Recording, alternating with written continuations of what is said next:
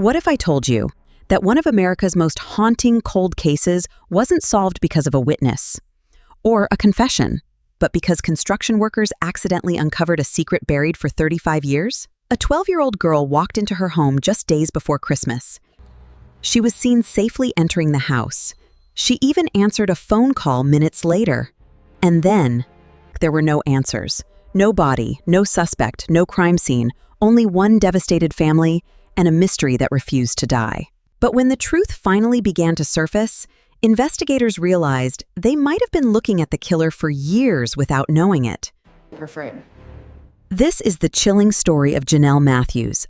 Jonelle Matthews was born on February 9, 1972 in Santa Barbara, California.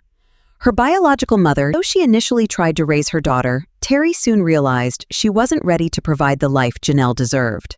Just a month later, she made the heartbreaking decision to place her baby up for adoption, hoping another family could give her a brighter future. Around that same time, a couple from Greeley, Colorado, Jim and Gloria Matthews, had been searching to adopt another child. When they learned about Jonelle, they welcomed her into their family with open arms. She became the younger sister of Jennifer Matthews, and from that day on, Jonelle was surrounded by love, support, and opportunity. As she grew older, Jonelle developed into an intelligent, confident, and energetic young girl. She wasn't the kind of child who stayed quiet. She had a strong personality, endless curiosity, and always seemed excited about whatever came next. To her, even the smallest events felt special. As Christmas approached in 1984, 12-year-old Jonelle could hardly contain her excitement, and Jonelle had been looking forward to performing in front of everyone. Just a few days before the concert, however, she caught a cold. It wasn't serious, but her parents worried that performing might make it worse. On December 20, 1984, she wanted to hand out Christmas gifts to her friends before winter break, and she absolutely refused to miss the choir performance she had been waiting for. Eventually, Jim and Gloria agreed, but only on one condition. After the concert, Jonelle had to come straight home and get some rest. Unfortunately, neither of her parents would be able to attend that evening. Jim had already promised to watch Jennifer's basketball game, while Gloria had to travel out of town after learning that her own mother had become seriously ill. Even without her family in the audience, Jonelle remained excited. At the concert, she met one of her closest friends, Deanna Ross, whose father, Russell, offered to drive her home afterward. The performance went exactly as Jonelle had hoped. On the drive home, Jonelle and Deanna laughed together, talked about Christmas, exchanged holiday plans, and enjoyed what seemed like the perfect ending to a wonderful day. At around 8:15 p.m., Russell pulled into the Matthews driveway. Jonelle stepped out of the car, waved goodbye, and walked toward the front door. Russell and Deanna stayed parked outside for a moment, watching to make sure she got inside safely. It was the family's signal that Jonelle had made it home safely. Satisfied, Russell drove away. He had no way of knowing that he had just become the last confirmed person to ever see Jonelle Matthews alive. About 15 minutes later, around 8:30 p.m., Jonelle answered a phone call at the house. The caller was looking for her father, Jim, who worked as an elementary school principal. Since he wasn't home, Jonelle politely took a message for him. That phone call would become the last confirmed interaction anyone ever had with her. After hanging up, investigators believe Jonelle settled into her favorite spot in the living room. She often sat beside the Christmas tree, wrapped in her favorite shawl.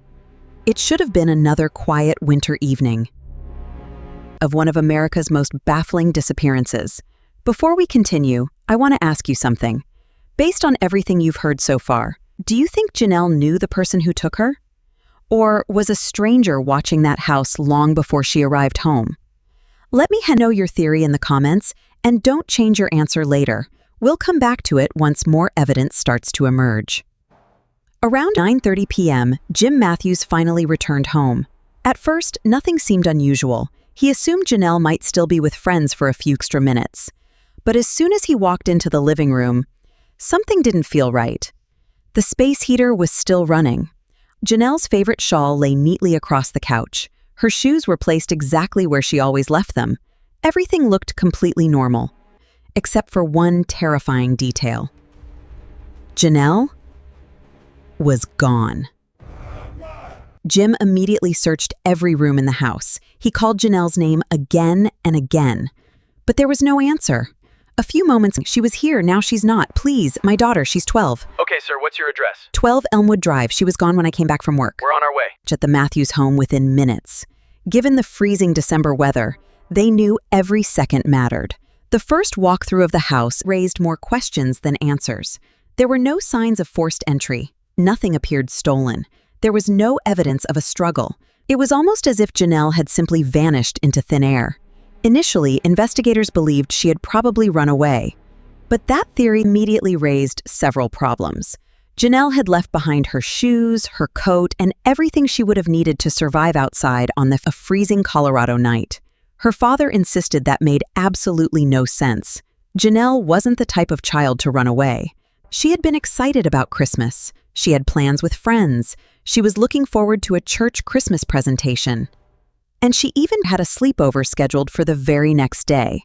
None of it fit the profile of a child planning to disappear. Then investigators discovered something unsettling outside the house. In the snow beneath the living room windows, they found large footprints. They clearly didn't belong to a 12-year-old girl. To detectives, it appeared someone may have been standing outside, watching the house before Jonelle ever arrived home. It was a chilling discovery. Yet despite those footprints, authorities continued treating the case as a possible runaway investigation. They hoped to find some sign that she had planned to leave on her own. Instead, they found nothing. Nothing suggested Jonelle wanted to disappear.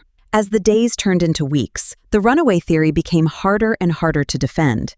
Children who run away usually make contact, or eventually return home. Jonelle never did.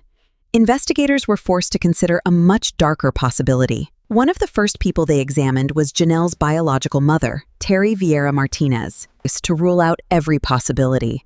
For weeks, they quietly monitored Terry's movements. In fact, she had never contacted her biological daughter after placing her for adoption. Once again, investigators were back where they started. Every lead ended the same way. With nothing. Months passed.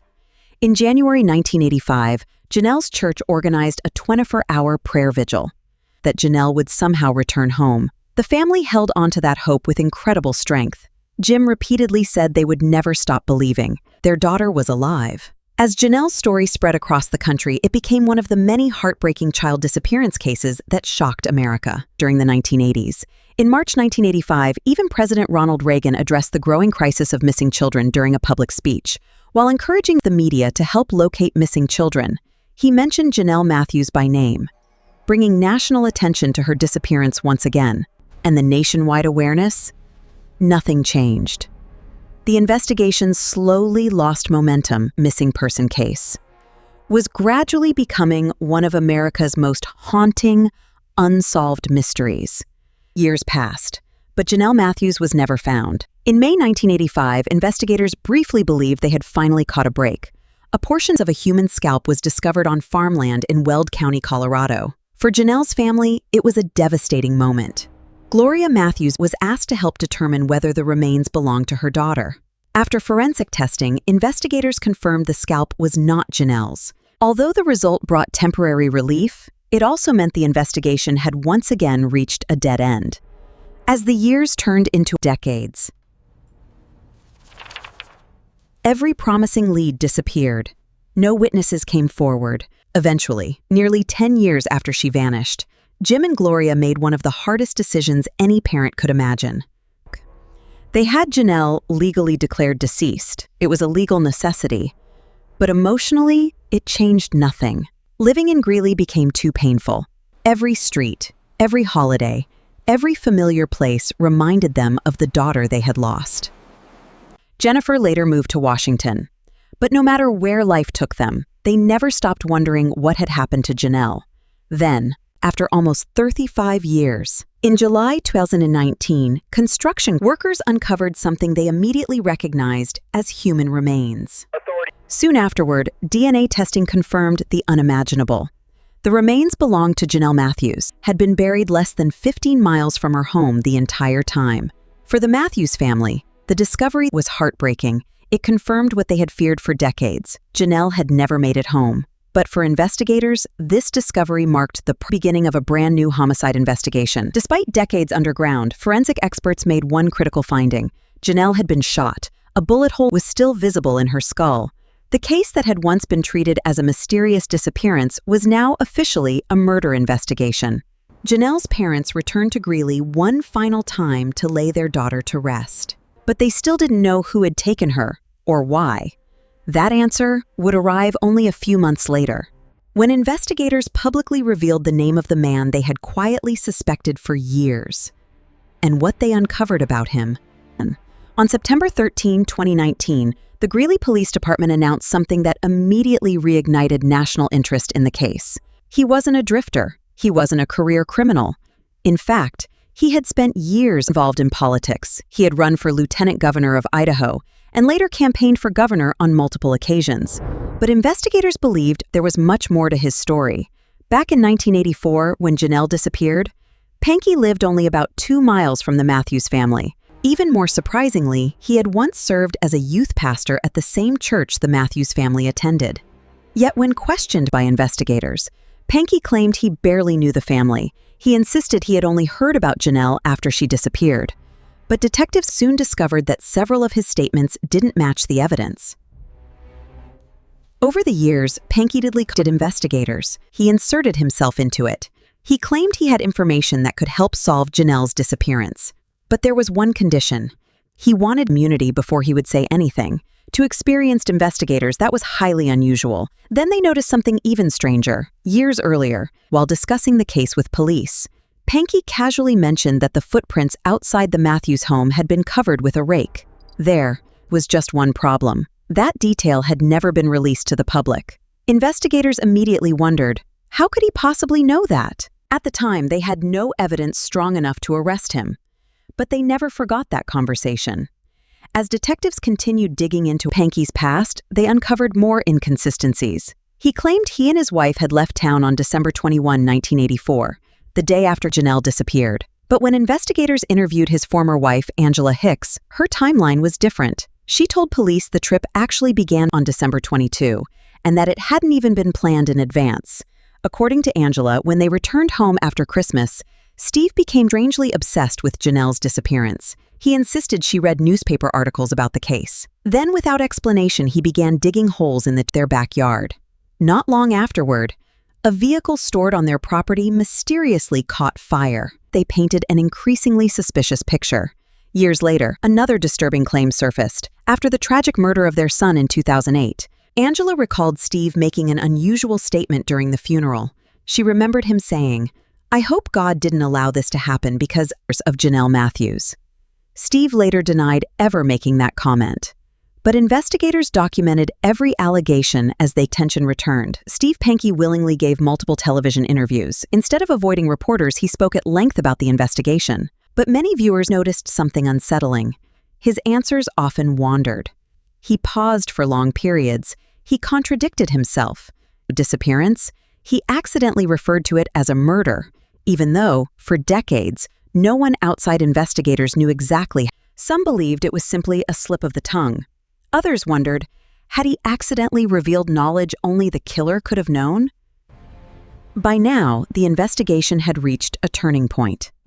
Detectives believed decades of suspicious behavior were finally pointing them toward the man they had been quietly watching for years. But suspicion alone wasn't enough. They still needed evidence that could stand up in court. By 2020, investigators believed they had gathered enough evidence to move forward. On October 13, 2020, Steve charges of first-degree murder and second-degree kidnapping in connection with Jonelle Matthews' disappearance and death. He was arrested in Idaho, where he was held without bond while awaiting extradition to Colorado. As the news spread, another disturbing discovery came to light. Several true crime creators revealed that Steve Pankey had been following their work for years. Most chilling of all, he had financially supported one of the very first podcasts to cover Jonelle Matthews' case. To many people, it looked less like curiosity and more like an obsession. As investigators continued reviewing his interviews, they noticed another strange pattern. Rather than expressing sympathy for Jonelle, he repeatedly claimed that police were trying to frame him. He insisted investigators disliked him personally. He even suggested other people, including law enforcement officials, could somehow be responsible. Throughout his television appearances, his interviews were filled with contradictions. Eventually, the case went to trial. Prosecutors argued that Steve Pankey had abducted Jonelle from her home on the night of December 24, before taking her to a remote location where she was murdered and buried. The defense maintained there was no direct physical evidence linking him to the crime. After decades of mystery, the case finally reached a courtroom, and after hearing weeks of testimony, the jury reached its decision. Steve Pankey was found guilty of kidnapping and murdering Jonelle Matthews. For Jonelle's family, the verdict could never undo what had happened. It could never return the daughter they lost. Or erase 35 years of unanswered questions.